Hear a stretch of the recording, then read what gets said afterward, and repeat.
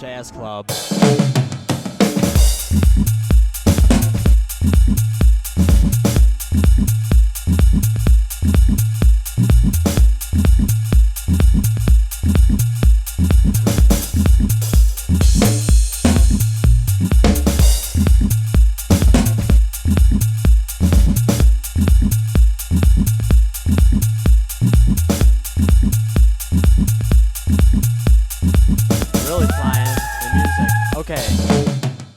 Hey there, everyone.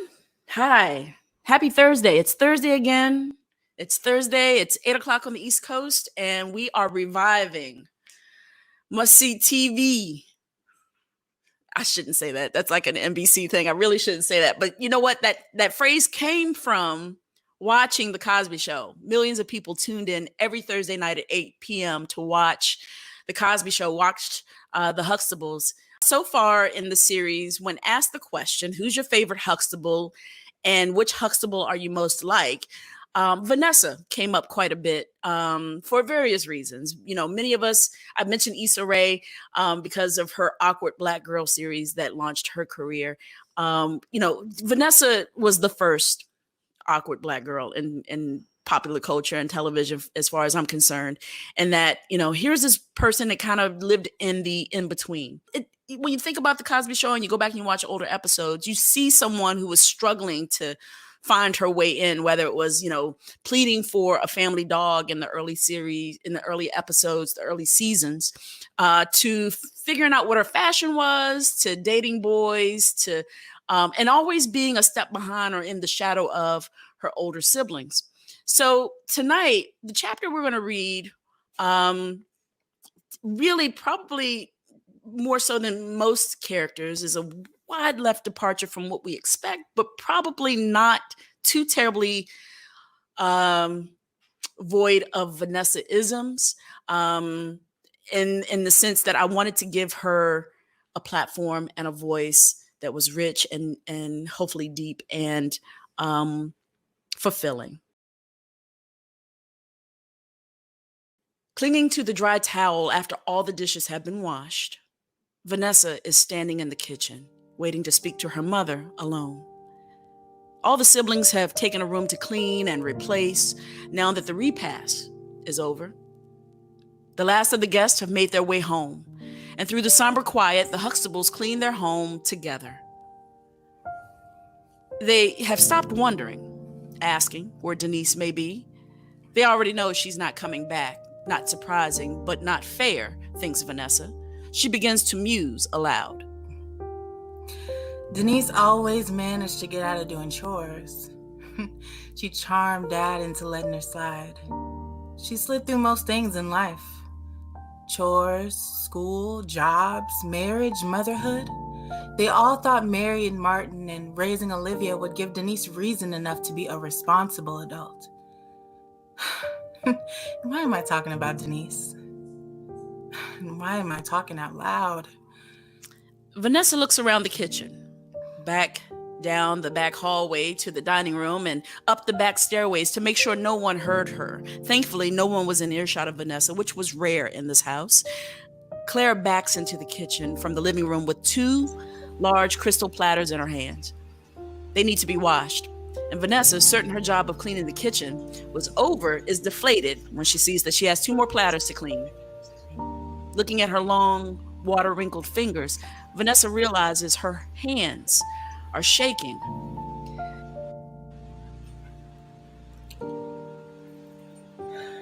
This was your father and my first set of china.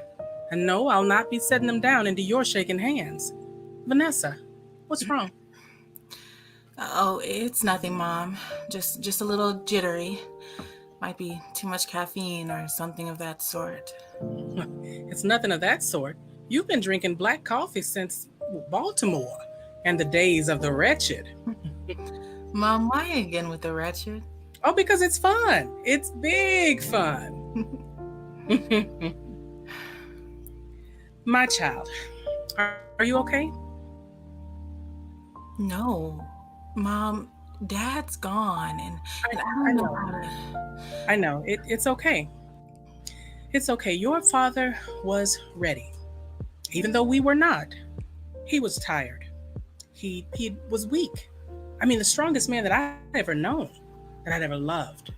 But he had grown weak. He was ready, even if we were not. And we have to be thankful that he was even given to us. Claire swallows back tears to appear strong for the delicate Vanessa. Vanessa was the most emotionally fragile of the Huxtable pack. She needs her father more than ever because he always gave an open ear.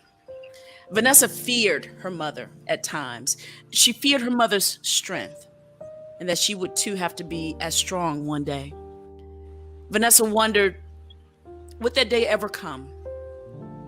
But today, she, in the embrace of her mother, misses her father. Yeah, well, Dad and I had an understanding that was never spoken. That I needed to feel beautiful, to be given care. He was mindful of my struggle to find my beauty amongst the ranks of the Huxtable women. I wasn't the oldest nor the youngest. I wasn't hip or stylish like Denise. I was intelligent, but I wasn't as brilliant as Sandra. My chestnut hue wasn't compared to Denise or Sandra. And my natural hair was like a sculpture. It wasn't bouncy or flowy like Rudy's. I was just Vanessa. Hell, I couldn't even be the middle child because that distinction belonged to Theo. And though I was the middle of all the girls, I existed in a dullness that only my father found special. Dad saw me as a prize a man should earn. From Robert to Dabness and all the men in between, he contested their interest in me by interrogating them or sizing them up in ways that none of the other girls' boyfriends had to endure. I felt honored by my father. I felt loved and protected by my father. And no man was worthy of me if he couldn't honor me in all of the ways that Daddy saw special in me. Yes, my hands are shaking. Can we go somewhere more private to talk?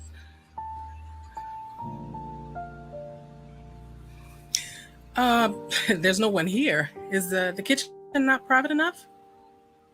Actually, no. It's an important legal matter, and I'd feel more comfortable talking in your office. But you know what? It's fine. It could probably wait. In fact, it should wait. Not now, not today. It can wait. Well, can it wait? Yeah, I mean, I guess. Yes, it can wait. No, it cannot wait. I can see that it can't wait. Vanessa, what's wrong? Mom, please. Vanessa, I can't do this all night. In fact, I can't do this at all right now. Now, you're going to have to talk to me, or not. But now. Well, can we please just go in your office? Yeah, of course, if it'll help. Let's go in there. Claire extends her arm towards the office down the hall, off from the dining room. It's her own office. Vanessa makes the long, slow walk down the short hallway as if marching to her pending doom. Vanessa goes into the office first, and Claire follows close behind. She closes the door. Claire offers Vanessa a seat and then sits in the chair across the room from her, preparing to hear the client's testimony. The room feels cold. Vanessa looks around the office, admiring the decor, the presence of brilliance and accomplishment. Vanessa lives beneath a grand shadow of greatness. And there would be no easy way to have this discussion. There would be no easy way, but it is time nonetheless. And with both hands in her lap, squeezing and wringing her fingers, Vanessa nervously begins.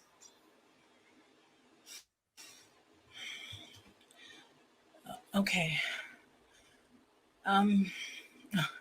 Okay. Vanessa. Okay, just wait. Wait. Okay. Mom, I need your legal counsel. And I need your womanly advice. Okay, I'm listening.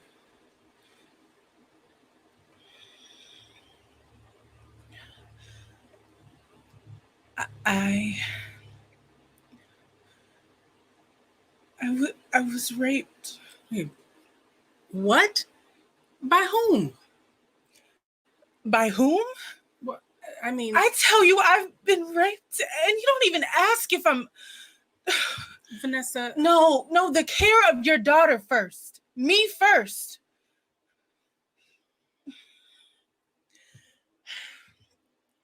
Look, y'all, I know my mother means well.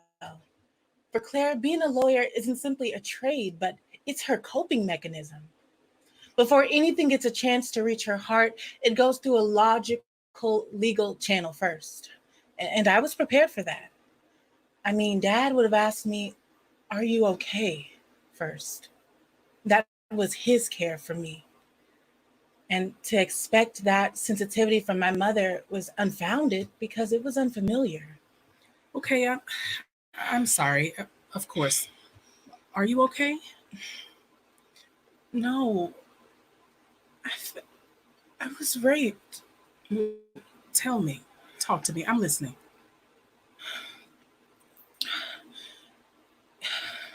He was a professor of mine. What, at Lincoln? No, at Temple, in grad school. Okay. He was my mentor. I trusted him.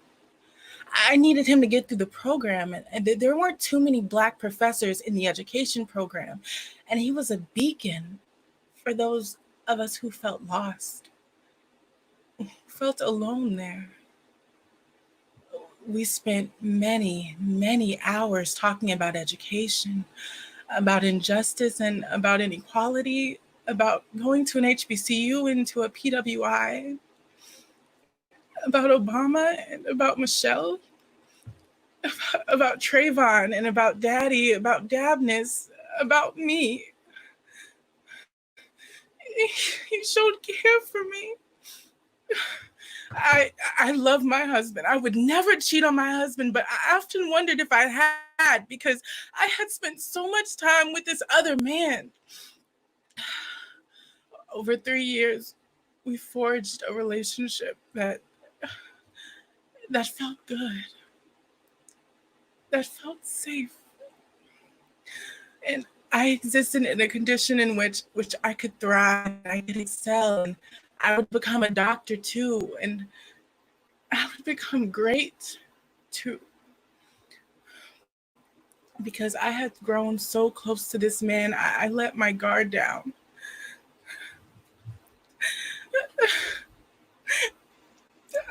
I entrusted my care to him.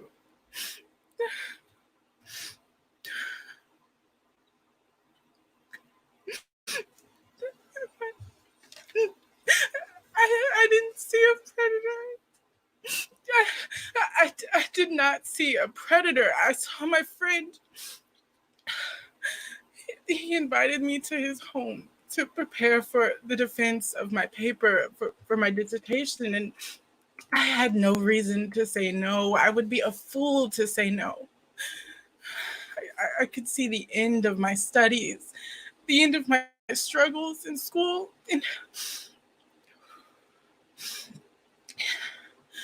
and I could see his care in getting me to the finish. I went over to his home. His wife was there, but we were in the study. And wife? Yes, his wife was there. This is preposterous. She was always there. For me, for the others. Others? Yes, the others. How could he assault someone with his wife in the next room? He was so powerful. He was like a god. And so, yeah, there were others. I had dinner with him and with his wife. And after dinner, he offered me coffee. And I said no, I needed to focus. And I wanted to focus on the paper because it was going to be a long night going over the paper. And he asked me if I wanted something stronger to go with my coffee.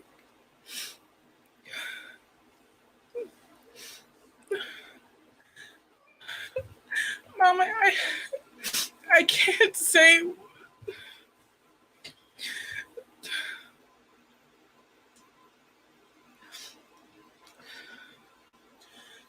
that monster raped me, Professor. No, don't say his name. Not now. Not yet. You first, baby.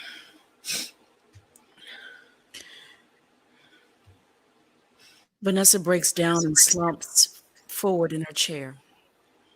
Claire isn't quick enough to catch Vanessa, so they both fall to the floor.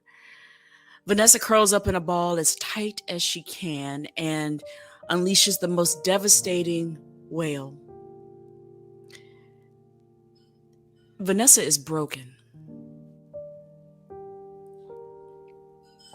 Vanessa is broken. Vanessa unleashes every tear her shaking body can muster. And finally, Vanessa is loved, and Vanessa is safe.